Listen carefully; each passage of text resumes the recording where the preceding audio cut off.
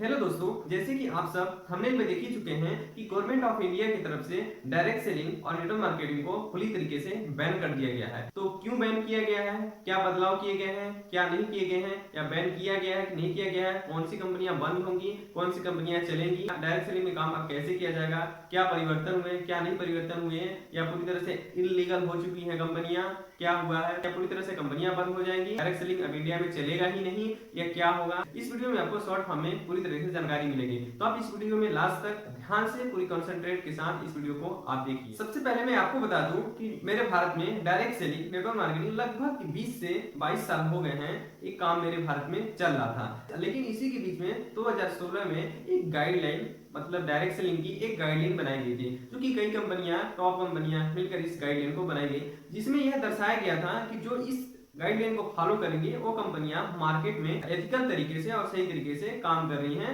जिस गाइडलाइन में यह मेंशन था कि उसमें मनी का रोटेट नहीं होना चाहिए, प्रोडक्ट का होना जरूरी है एक डायरेक्ट सेलिंग कंपनी के लिए। बिना प्रोडक्ट के कोई भी डायरेक्ट सेलिंग कंपनी हो ही नहीं सकती है। अगर कोई भी कंपनी बिना प्रोडक्ट्स के डायरेक्ट सेलिंग कॉन्सेप्ट को यूज कर रही है तो मनी सर्कुलेशन के अंतर्गत आएगी। लेकिन इसी बीच में आप सब जैसे जानते भी होंगे कि 3 से 4 साल के बीच में डायरेक्ट सेलिंग नेटवर्क मार्केटिंग बहुत तेजी से ग्रो कर रही थी। इसी के बीच में 95% कंपनियां स्कैम की तरह इस मॉडल को, डायरेक्ट सेलिंग मॉडल को, नेटवर्क मार्केटिंग के कॉन्सेप्ट को यूज करके मार्केट में काम कर रही थी, जो कि मार्केट को एक तरह से गलत वे में इसका बैड इफेक्ट पड़ रहा था। डायरेक्ट सेलिंग बहुत ही ज्यादा मतलब खतरे में जा रही थी, क्योंकि ज्यादातर कंपनियां, ये मॉडल जो है बहुत ही पावरफुल मॉडल है, लेकिन इस मॉडल को यूज करके बहुत सारी फ्रॉड कंपनियां अपने व्यापार को कर रही थी और लोगों को पागल बना के उनके पैसे को लूटकर स्कैम करके चली जाती थी। इसी 3 से 4 सालों के बीच में हर लोगों के बीच में कहीं न कहीं स्कैम के तौर पे या सही के तौर पे, स्कैम कंपनियां के तौर पे या सही कंपनियां के तौर पे डायरेक्ट सेलिंग उनके पास अवश्य किसी न किसी रूप में पहुंचा हुआ था, जिसमें ज्यादातर 95% कंपनियां फ्रॉड थी, स्कैम थी। इसमें लोगों का पैसा, उनका मोटो ही होता था, उनका मेन टारगेट ही होता है लोगों को पागल बना के उनके पैसे को लालच देकर उनके पैसे को हड़प लेना, उनका यही टारगेट होता था। इसी मकसद से, इसी प्लानिंग से बहुत सारी कंपनियां खुलती थी। अभी तक कोई भी पर्सन अगर डायरेक्ट सेलिंग में इन्वॉल्व रहा होगा, एक्टिव रहा होगा, तो उनको पता होगा कि अभी 2 से 2.5 महीने पहले अभी फिर से एक गाइडलाइन बनाई गई थी। उसी गाइडलाइन के बाद गवर्नमेंट ऑफ इंडिया की तरफ से अभी 28 दिसंबर 2021 को एक न्यू लॉ मतलब बनाया गया है, जिसमें सभी चीजें मेंशन की गई हैं कि गवर्नमेंट के अकॉर्डिंग डायरेक्ट सेलिंग को किस तरह से काम करना चाहिए, किस तरह से नहीं करना चाहिए, क्या काम करने का मॉडल होगा। इस लॉ में सारी चीजें दर्शाई गई हैं। तो मैं आपको बता देना चाहता हूँ कि ये लॉ फाइनल लॉ है, कि मतलब कि अब जितनी भी डायरेक्ट सेलिंग कंपनियां हैं, अभी तक जो भी जिस मॉडल को यूज कर रही थी, उन्होंने बताया कि अगर किसी भी डायरेक्ट सेलिंग को काम करना है तो इस लॉ को फॉलो करना होगा, तभी वो कंपनी डायरेक्ट सेलिंग एक एथिकल कंपनी होगी और लीगल कंपनी होगी, नहीं तो सारी कंपनियां इलीगल। गवर्नमेंट ऑफ इंडिया की तरफ से डायरेक्ट सेलिंग का जो भी लॉ बनाया गया है, मैं लिंक डिस्क्रिप्शन में दे दूंगा, वहां से आप डाउनलोड करके उसे अच्छी तरीके से रीड कर सकते हैं। लेकिन मैं आपको थोड़ा सा शॉर्ट में बताने की कोशिश करूंगा ताकि आप उसे आसानी से समझ सकें। गवर्नमेंट ऑफ इंडिया की तरफ से जो अभी का लॉ बनाया गया है, उसमें सीधे मेंशन किया गया है कि अभी तक जो भी कंपनियां जिस मॉडल कॉन्सेप्ट को डायरेक्ट सेलिंग में यूज कर रही थी, चाहे वो प्रोडक्ट बेस्ड कंपनी हो, चाहे वो सर्विस बेस्ड कंपनी हो, या किसी प्रकार की कोई भी कंपनी हो, वो अभी तक इलीगल कंपनी के अंतर्गत अब आएंगी। मतलब कि जितनी भी कंपनियां हैं सभी अभी इलीगल है अकॉर्डिंग टू लॉ। XYZ किसी भी कंपनी को आप ले सकते हैं जो कि इंडिया में अभी काम कर रही हूँ। अकॉर्डिंग टू लॉ अभी जितनी भी कंपनियां काम कर रही हैं सभी इलीगल कंपनियां हो गई हैं अकॉर्डिंग टू लॉ।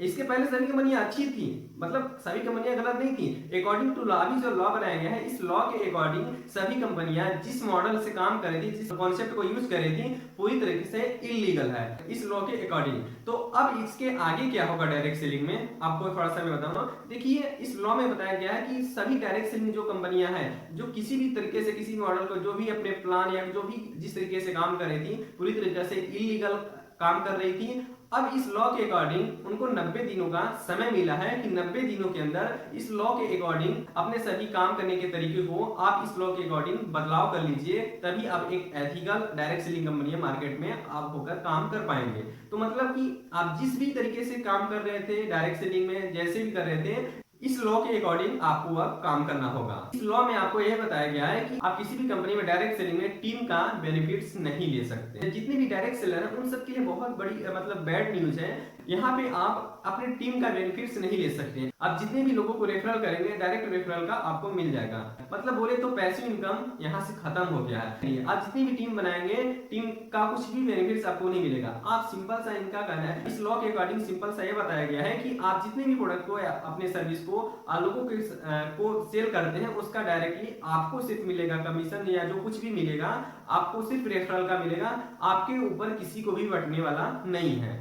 चाहे उसे आप एक तरह से आप समझ सकते हैं कि रिटेल आप सिर्फ डायरेक्ट सेलिंग में कर सकते हैं। किसी भी कंपनी के प्रोडक्ट को आप लेकर रिटेल कर सकते हैं। टीम वर्क का बिल्कुल भी आपको किसी प्रकार का कोई बेनिफिट्स नहीं मिलेगा। अगर कोई कंपनी ऐसा करती है कि उस टीम का बेनिफिट्स देती है तो इलीगल कंपनी के अंतर्गत आएगी और उसमें काम करने वाले जितने भी लोग हैं उनके ऊपर भी एक्शन लिया जा सकता है और उस कंपनी के ऊपर भी एक्शन लिया जा सकता है। इस लॉ में यही बताया गया है।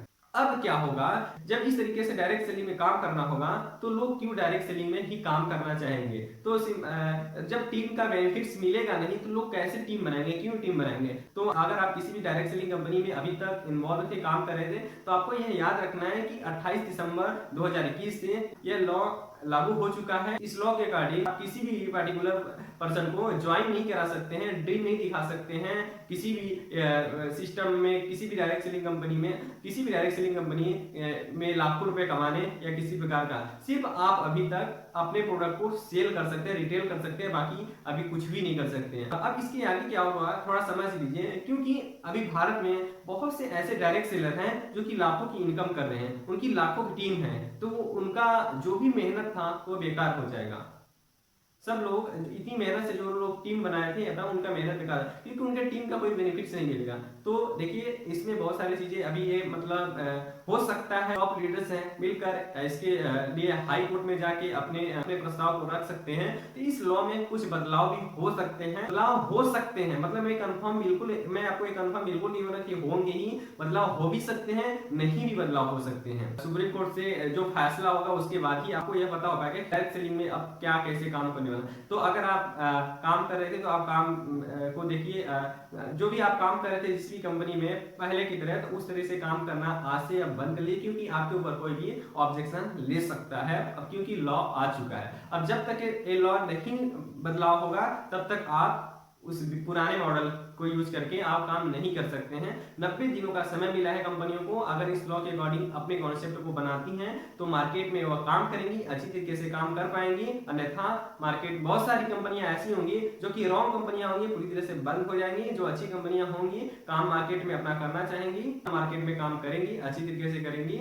सबसे बैड न्यूज यह है कि किसी भी डायरेक्ट सेलर को उसके टीम का बेनिफिट्स नहीं मिल पाएगा। ये मतलब एक बहुत ही बैड न्यूज है, क्योंकि बिना टीम के बेनिफिट्स के आप बड़ा पे आउट ले ही नहीं सकते हैं। मतलब आपको लाइफ टाइम में रिटेल ही करना पड़ेगा, ऐसा इस लॉ में बताया गया है। तो देखिए बस इतना ही अभी लॉ के कार्ड। अब देखिए आगे चल के डायरेक्ट सेलिंग में क्या होता है क्या नहीं होता है, लॉ में क्या बदलाव होते हैं क्या नहीं बदलाव होते हैं, आपको आगे जानने को इस चैनल के माध्यम से अवश्य रूप से मिल जाएगा।